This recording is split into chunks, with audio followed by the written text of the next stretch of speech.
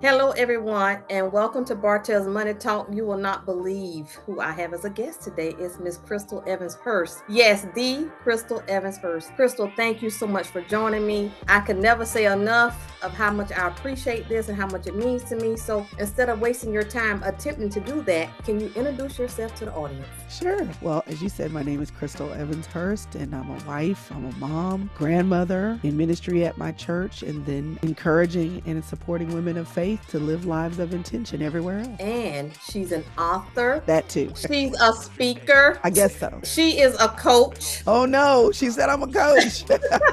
And whether she believes it or not, God has blessed her with so many gifts. You will be like, well, can I just have one of those? So you are blessed with many gifts. And for those of you who may not know, Chrystal grew up as a PK. They call them preacher's kids. That's So correct. Chrystal, with the way that you grew up, can you tell us a little bit if your family or your parents taught you about money? Yeah. So I remember my parents talking a lot about money because they were learning about it and sharing with us what they were learning as they went. I remember hearing about them getting counsel from Crown Financial Ministries. A lot of people may not have heard of that, but they were, before Dave Ramsey, there was Crown Financial Ministries. I remember them having and talking about a financial planner and how you just got to start saving a little bit at a time. They had $25 a month. So as they were learning, they were telling these three things: give, save, spend. And he would always say, if you will just give, save, and spend, you'll always have money.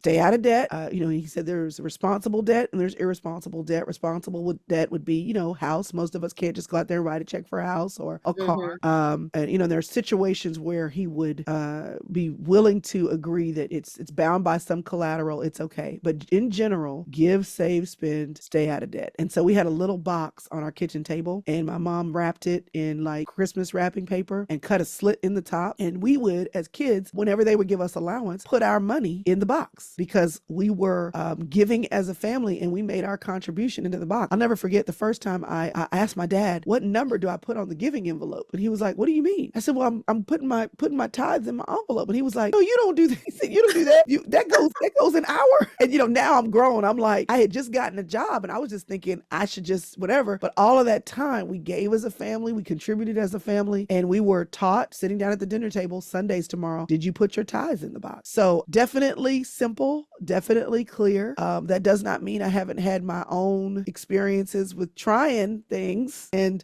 learning the hard way that God's way is the best way. But definitely we had that message very clear. Start, even if it's small, and be consistent. Give, save, spend. Well, Chrystal, I have to say that is amazing that you had that opportunity, that you had parents that were learning, but they were sharing that knowledge with you also, because many of us, including myself, my parents didn't talk about money. We were, it was always negative conversations about money. So I would like to say kudos to your parents for teaching you that. And so though that you had that tradition when you were growing up, how did that affect your adulthood? I think, first of all, I'm a rebellious person by nature, so I'm always trying to figure out if what I was told is really the way that it's supposed to be. My adulthood, as I mentioned, is just trial and error to kind of bring me back to what's right. But I think that's the key.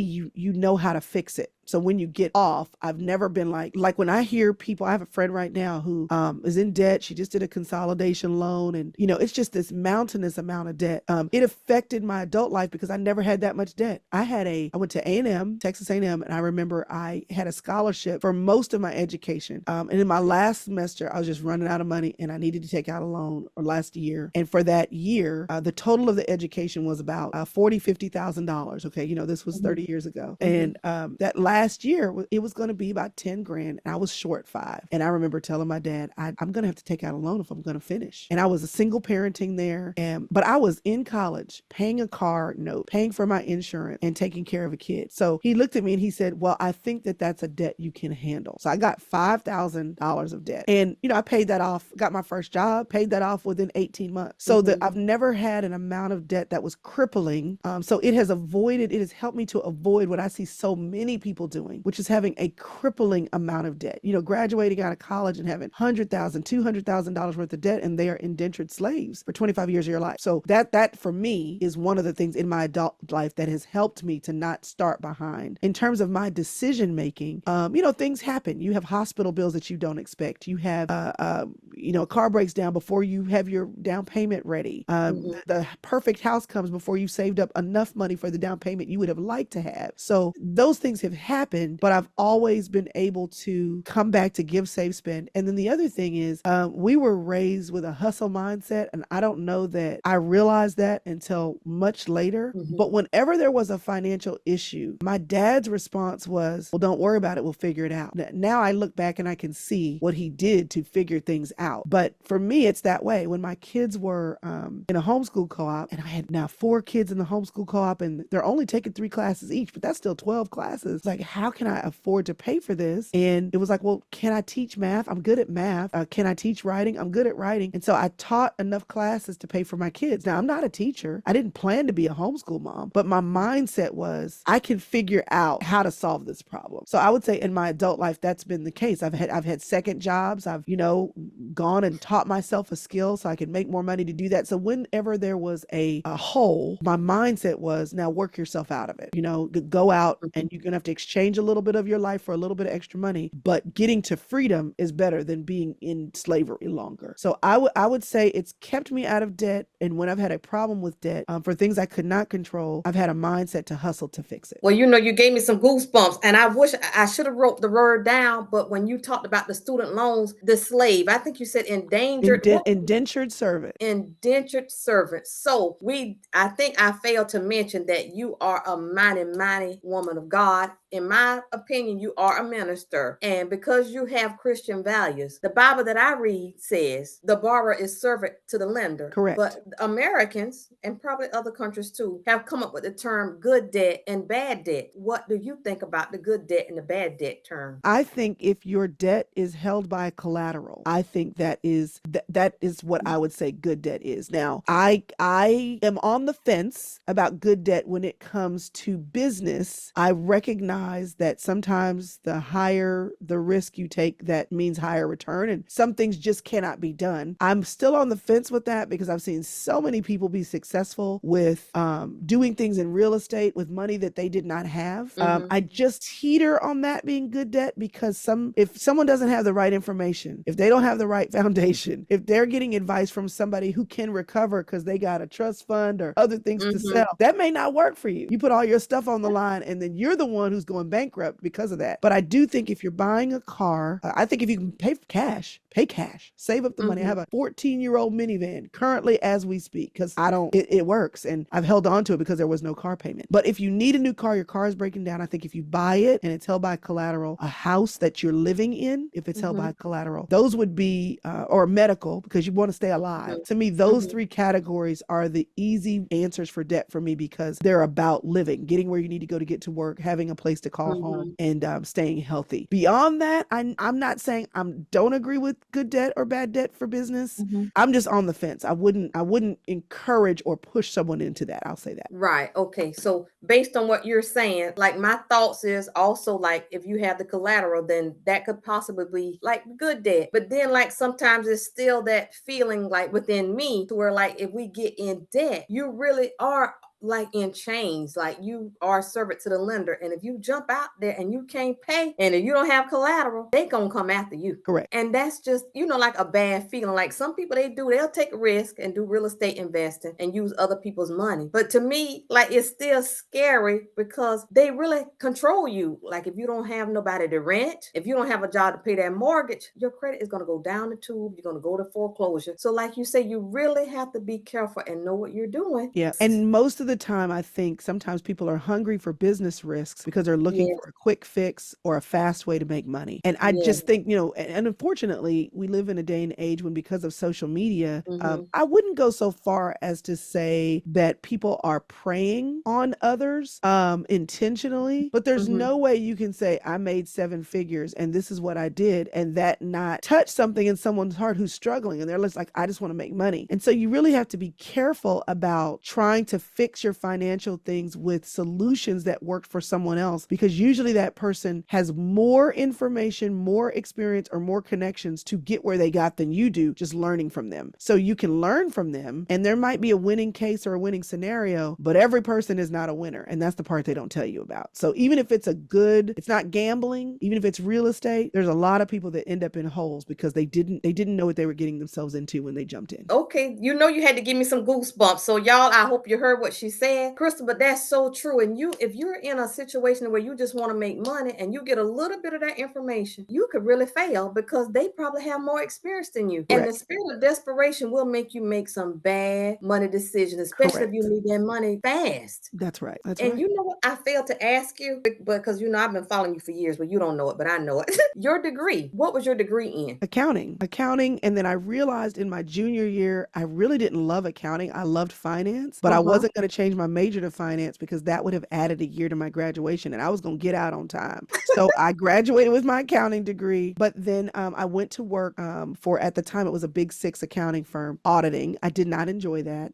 I did not stay there long either, but I left there and went to Fidelity Investment. So I cut my teeth on finance in the work world, in customer service. I was a mutual fund representative. I got my brokerage 6 and 63 licenses, my life insurance licenses, all that stuff, handling phone calls. I was like the poster child on the floor for explaining investments to people. They would use my calls to train new incoming staff. I enjoyed that job so much. And then I left there and went to work for an institutional money management company. So that's where you're managing money for institutions, not consumers. And so it's like the firefighter of Florida, their pension fund. So then I was picking stocks and going to meetings with all of these financial people. And, that was fun because then I was sitting next to the Merrill Lynch person and the Morgan Stanley person and getting the intel from the people that worked in the businesses, why their businesses were going to be doing well in the next year, in the next 5 years. And then I was advising my boss on what we should put in the investments for the police officers or the firefighters or the teachers of these different cities. So that was an amazing experience. And then after that, I quit that job and came home to raise kids. Chrystal, that was a huge, huge job. And so that's the part of you that you don't really talk about a lot. You'll say, like in passing, that you worked in finance, but this was a great detail that you gave us. So you have experience looking at people who had a lot of money. Yep, people who have a lot of money, and it's just the psychology of money is a very interesting dynamic. But what I will tell you is that, and that you can't generalize too much, but I found this to be true a lot. A lot of people with money don't act like they have money. You won't be able to point them out in a crowd. They're not wearing the latest and greatest thing. They will have quality and they will buy stability, but they're not flashy. So because it's not hard to make $1 million if you live below your means, and if you have a decent job and you're a saver and you live on what you need, it's not hard to be a millionaire. A lot of people don't think that or know that. It's not. But the problem is people don't have the habits that will get them there. And so most of the things that come through their hands flows right through, in the door and out the door, and they constantly feel broke. So when working with people who had money, what I saw is they understood that money was a tool. They understood that money was something to steward. They understood the impact of not using it just because they had it. They understood the value of wise counsel when it came to money. They understood the value of consistency, the rule of 7, the value of compounding over time. They understood that money was something to use, but for future purposes primarily than present. And that mindset allowed them to sit and have a conversation personally about millions and millions of dollars and never take any money out. There was a guy that used to call Fidelity all the time. We would stand up when he called. And it wasn't Capone, but it was something like that. Definitely like an Italian name. And it would drive him crazy when a new fresh person would say, Mr. Capone. He would say, it's Capone. It's Capone. He called every day to check on his money. Every day. Millions of dollars. He would call and check on it every day. He rarely spent it. He didn't hardly pull anything out of it. And somebody would stand up and they'd go, I've got it, because he would call every day, sometimes multiple times a day. And then if somebody said something wrong, he would educate them. He would say, oh, let me tell you, you're telling me that you must be new. Let me tell you how this works. And then he would explain stuff to them. But I was just sitting there thinking, he's just watching it, making sure it's doing okay. That's it. Wow, because he's not spending it. Well, Chrystal, how did that, working with people like that, did it change your thinking, your mindset at all? Because like the way you've described them, they didn't spend their money, they didn't wear their money, and they didn't drive their money. Like, did you know that going into this job or having this job and seeing these people and how they handled their money? How did that impact No, you? I knew it going in it because when I look at my upbringing, I don't, it's so interesting because none of me or my siblings, none of us have a flashy thing about us. Like none of us are interested in display. Mm-hmm. I wouldn't say we grew up poor. I definitely wouldn't say we grew up rich. Mm-hmm. I think we just learned by watching my parents. My dad, even when all the kids were gone, they were still in the same house. And we would say to them, y'all, and they would go and look at houses and all that. And they would look at each other and go, but do we want to do that? Like, do we want to do that? They were satisfied. I grew up watching what contentment looks like. Now, Ooh. don't get me wrong. My mother knew how to shop. She looked like $1,000,000 anytime. She made sure Mm-hmm. my dad looked good. Mm-hmm. When it was time to renovate the kitchen or the living room, she would do it. It's not like they didn't do anything. It's not Mm-hmm. like they, lived looking like, country bumpkins. It's just Mm-hmm. that they were satisfied and they were willing to wait. Chrystal, that's So a so huge. yeah, so when I think about it, when I went to college, I remember my dad buying me a car, and he only bought it because I needed it because I was going to be a single mom and I needed to be able to get around. Mm-hmm. And I remember listening to him talk to the guy that he was buying the car from, and I remember being upset. And I said I wanted a black. I said any color but white, and I don't want an automatic. And if it can be new and super cheap, I prefer new, even if it's the cheapest thing on the block. Let me tell you what my dad got me: a white automatic used. Okay. He picked you. And I was thinking he did not base the decision of what he bought me on what I wanted. He based it on what he could afford and what I needed. And I drove that car until it drove into the ground because I didn't want a car payment. So I watched him drive an old Nova with no air. I remember Mm. I just watched them not until they could. Mm-hmm. And so eventually they did, they would buy nicer cars or whatever, but it was when they could. And I think I just watched contentment. I think I just experienced contentment. So my husband and I, we slept on a borrowed mattress when we got married. Some friends of ours had a second home, and they were selling that second home. They had rarely, they didn't go but once or twice a year to this place. They were like, do you want the mattress? We took it. We started with a borrowed mattress. When we moved to our current home 5 years ago. We had been married 20 years. I said, we're not taking that mattress with us. We slept on that borrowed mattress for 20 years. And then we went to Costco and bought a mattress in a box because my husband said, I'm not ready. We went and looked at those mattresses at the store, and he's like, that's just too much money. I said, well, I don't want to buy a halfway mattress. When we buy a mattress, I want to get a mattress that will last us and will feel good to my 50-year-old body. He said, well, I'm not ready yet. So we went straight to Costco and bought a mattress in a box, and we slept on that for 2.5 years until I got a mattress that I absolutely love. I don't mind waiting. I watched my parents wait. I took that with me into my adult life, and I've never stopped doing that. I think waiting and satisfaction is such a big part of spending your money wisely and not getting in debt. My kids are this. I'm sorry to interrupt you. I'll say this one more time. I put my kids through Dave Ramsey. They have a personal finance program for kids because I was trying to drill into their head, don't get into debt. I also made sure that my children, but when they graduated from college, their first year of college was already done because they did dual credit for free here in the area. So the mindset has always been, don't spend money on something you can get for less. That's good. You know. That's smart. And that'll keep you out of debt and that'll keep you out of trouble. But the word that you use is waiting. Yeah. In the finance world, in my world, waiting, that's a big deal word. So I know you've heard the term living like the Joneses. Can Yep. you speak into the life of the people who are trying to live like the Joneses? They live in paycheck to paycheck, credit bad. Chrystal, I need you to speak a word to them. Listen, nothing tastes better than freedom. Nothing drives better than freedom. Nothing lives better than freedom. And the thing that you think you want that other people have, first of all, you don't know what they're paying to get it. The fact that they have it doesn't mean that you're behind. And the fact that you don't have it doesn't mean that you're worse off. I mean, I have felt it. I've driven to amazing events driving my van that has a dent in the back. And I'm driving up next to the Range Rovers, and there's a Porsche right there, and there's a Benz right there, and a BMW right there, and and all these different things. There's a Bentley that they park up front, and I'm going to this hotel for this function in my van, and the person that is valeting my car gets in, and I'm saying, I'm so sorry because my kids, there's McDonald's cups over here, and the the automatic gear is sticky. And I know that right after my car and before my car, they are driving $100,000, $150,000 cars. I know what that feels like to pull up and to be like, I've got to level up my game. I know what that feels like. But I did recently get a car. My husband, my van is on its last leg. We've kept it because it's paid off. But he did say, I really need you to drive something that's more dependable. And we did recently get a car. I'm grateful. Beautiful car. Don't get me wrong. Don't get me wrong. I'm grateful that my husband cares about me. Mm-hmm. But every month,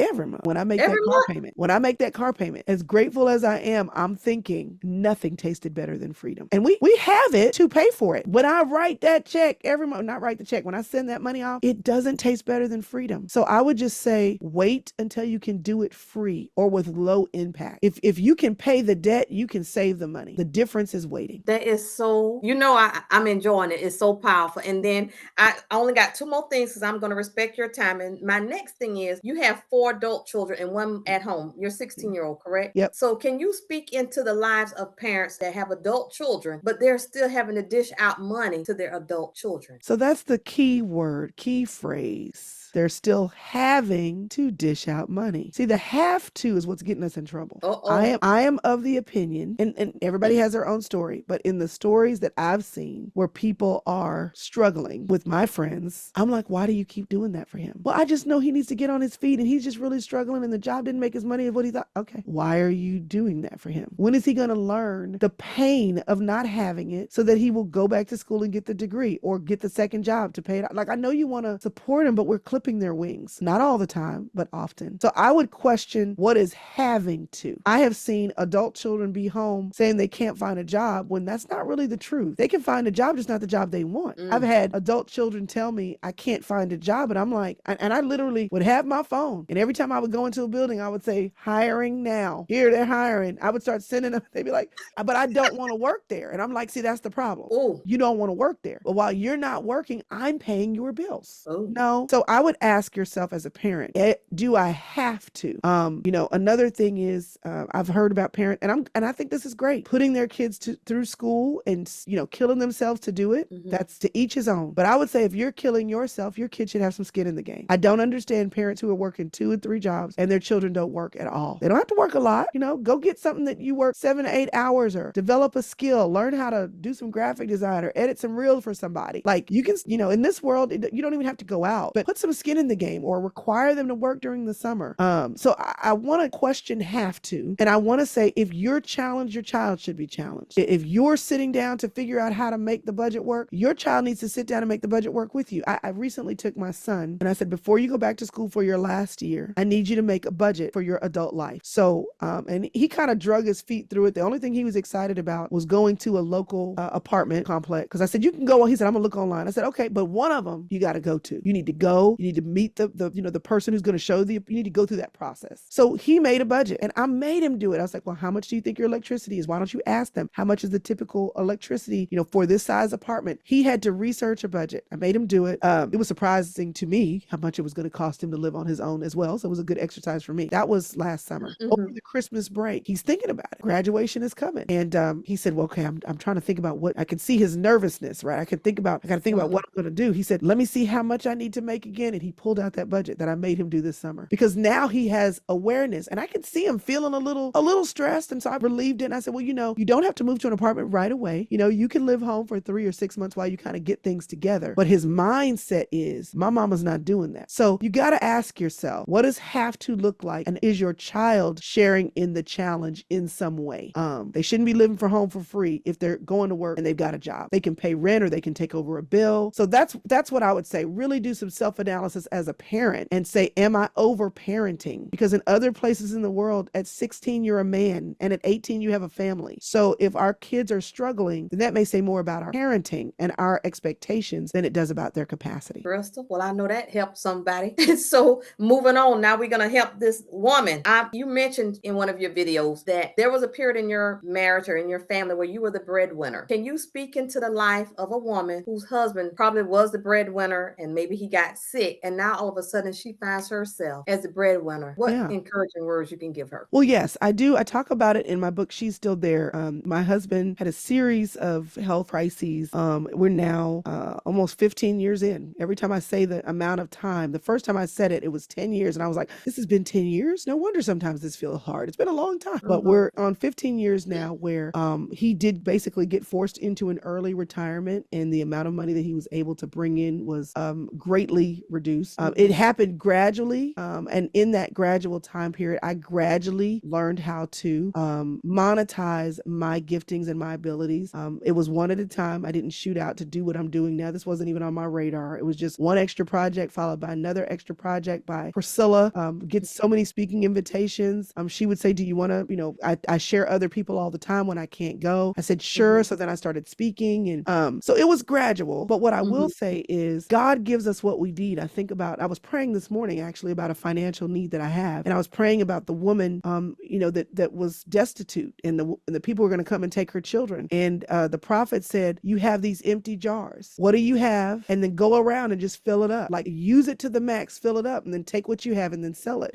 I just think that oftentimes it takes trials for us to see what we have. It takes things being stripped away for us to even realize, oh, I know how to do this. So that journey for me resulted in me taking a skill that I had, a passion that I had of writing, and monetizing it by writing a book. It took an ability that I have. I'm not the most speaker person, but I can do it. I've learned how to do it, and it allowed me to monetize that. I could do work from home. I was doing some writing projects from home. I reached out and said to people, here, I can help you with a lot of things. And I had people hiring me to transcribe things. I was like, what do I have in my hand? And I think when, there's a saying that's not in the Bible, but, if you take one step, God will take two. That is not in the Bible. However, I think the principle of, can God trust you with what he's already given you? You looking around to what you have and asking God to show you how you can monetize it, or asking other people in your life how you can monetize it. That's what the journey looked like for me. So at this point, we're still in that place. I still bring in the most. I take a salary from the business that I have, and it goes into the pot. Just like for years, his salary came into the pot. I look at my husband and say, sometimes we retire when we plan to. Sometimes we retire because God says, you've done enough, so enjoy your life. He is very involved with me. He's like my advisor on my advisory board who gives input. He managed many people for many years, managed major budgets for many years. So he is a great man of wisdom. But instead of him having to put his hands to the plow, in this season, it's for me to. I will say that I'm so grateful for that hardship, because it allowed me to see, allowed God to show me what I had. And I don't know that I would know God in the same way or be as confident in my ability to generate wealth if I hadn't been in that situation. So I'm grateful for it. My husband is my greatest cheerleader. Now, don't get me wrong. He does get frustrated sometimes when I'm working too much, but he will say, and even when I'm struggling, he will say, no, you should do that, because that's what God is doing in you. Like this season of God doing things in you, you should do that, or no, you don't take that, ask for more. He is here cheerleading me on. So it is an awkward season, and there is a lot to say. Probably a different podcast on a different day about a different, maybe not the money podcast, maybe so, about what it looks like, because men are wired to be providers, and what that looks like to navigate wifedom and marriage in that season. But I will say that God allows things to show us ultimately who he is. And I'll tell you one thing, in the bed this morning when I was praying to the Lord and asking him to give me wisdom, I don't have doubt. I may have questions, but I don't have doubt. I've seen him come through when my husband was a breadwinner. I've seen him come through with me having to be the primary earner. Either way, he's come through. And either way, he's shown me that if I'll listen and put my ear to the ground and look at what I already have, he'll show me how to use it. So I don't know if that was a good enough answer to your question. Oh, Part yes. B. I'm Okay. like, don't stop. Because you're grateful for hardship. And because of the hardship, Chrystal, you have blossomed. So I hope that it will help someone if they're going through a crisis to not like give up. Because Chrystal, nowadays, it's just so easy to give up and give in to our circumstance. So I do appreciate that you shared that journey. And I'm hoping a woman is going to listen and it'll do something and touch her heart. And so I would like for you to leave a nugget. And after the nugget, I want you to say a prayer over us and the audience. And so if we have someone in debt, living paycheck to paycheck, give them a word of encouragement encouragement, and then if you could close us out in prayer, I would appreciate it. Your God owns the cattle on 1,000 hills. You serve someone, if you serving him, you serve someone who Yes. has endless resources. You live in a world where everything is figure outable. So whatever the weight of debt is that you're experiencing, I want you to feel a little bit lighter because you believe that there is an answer. Now, you may have to find it. You may have to put some energy into it. You may have to dig a little bit, but there is an answer, and you have the power to connect with an endless resource to find it. So whether that means the answer is tighten your belts and wait, or whether that is to hustle and figure out what you can do to generate beyond what you need to live, there is an answer. You make more, you save more. It's in one of those two buckets, but there is an answer. Just look for it and it'll come. Open your eyes and it'll come. Ask others, what did they do? And the answer will come. And while you're in the middle, just refuse to let it weigh you down. Don't let that be the end of your story. You want me to pray everybody out? Is that what you said? Yes.